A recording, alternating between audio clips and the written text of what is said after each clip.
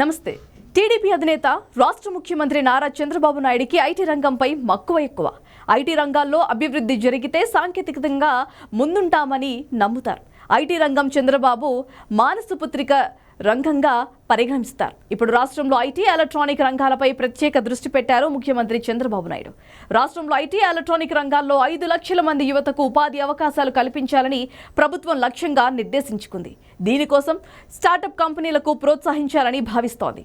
వాటి ఏర్పాట్లకు వీలుగా startup and innovation policy 2024-29ను తీసుకురావాలని భావిస్తోంది.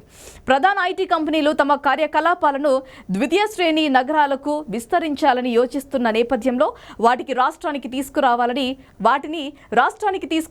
టీడీపీ కూటమి ప్రభుత్వం భావిస్తోంది. ఇక విశాఖపట్నంలోని ఐఐఎం, తిరుపతిలోని ఐఐటి, ఇతర ప్రముఖ విద్యా సంస్థల సహకారంతో ఇతర రాష్ట్రాల్లో అమలవుతున్న ఉత్తమ విధానాలను అనుసరిస్తున్న ఉత్తమ స్టార్టప్లను గుర్తించి వాటిని రాష్ట్రంలో అమలు చేసేందుకు చర్యలు తీసుకోవాలని సర్కార్ నిర్ణయించింది. పౌరులకు సత్వర సేవలు అందించేలా యాప్ను రూపొందించాలని టాటా సంస్థ రూపొందించిన యాప్తో ప్రజలకు మెరుగైన సేవలు అందుతున్నాయి.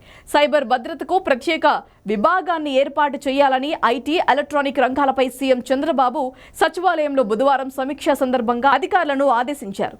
రాష్ట్రంలో కృత్రిమ మేధ రంగానికి సంబంధించిన ప్రాజెక్టులపై దృష్టి పెట్టాలని, దానికోసం ఆంధ్రప్రదేశ్ ఏఐ మిషన్ను రూపొందించాలని తెలిపారు. ఇక 2025 నాటికి రాష్ట్ర డీజీపీలో ఏఐ వాటా కనీసం 8% ఉండాలనేది లక్ష్యంగా పెట్టుకున్నట్లుగా చెప్పారు. ఇందుకోసం విద్యార్థుల్లో ఏఐ రంగంలో నైపుణ్యాలను అభివృద్ధి చేయడంపై ప్రత్యేక దృష్టి పెట్టి రాష్ట్రంలో ఆర్టిఫిషియల్ ఇంటెలిజెన్స్ విశ్వవిద్యాలయాన్ని ఏర్పాటు చేయాలని ఎస్ఆర్ఎం విశ్వవిద్యాలయం భావిస్తోంది. ఆర్టిఫిషియల్ డేటా విశ్వవిద్యాలయాన్ని ఏర్పాటు చేసే ఆలోచనలో రిలయన్స్ సంస్థ ఉందని సీఎం చంద్రబాబు తెలిపారు. రాష్ట్రంలో ఐటీ రంగాన్ని ప్రోత్సహించేలా చర్యలు తీసుకుంటున్నట్లుగా ఐటీ శాఖ మంత్రి నారా లోకేష్ తెలిపారు.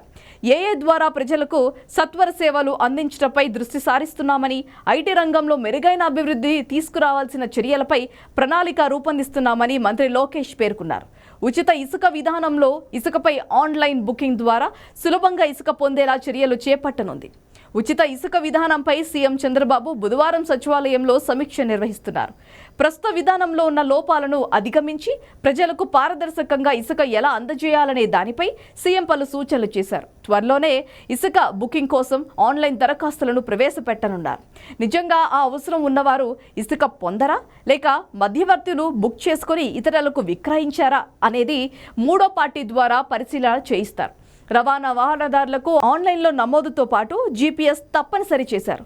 ఇసుక బుక్ చేసుకునేవారు తమకు తెలిసిన వాహనం ఉంటే పంపొచ్చు, లేకుంటే బుకింగ్ సమయంలోనే ఇంటికి డెలివరీ ఆప్షన్ ఇవ్వాలి. వారికి ఏ రోజు ఏ సమయానికి డెలివరీ అవుతుందో మెసేజ్ పంపుతారు. ఎక్కువ మొత్తంలో ఇసుక కావాలనుకునే బిల్డర్లు, కాంట్రాక్టర్ల కోసం ప్రత్యేకంగా ఆన్లైన్ బుకింగ్ సదుపాయం కల్పిస్తారు.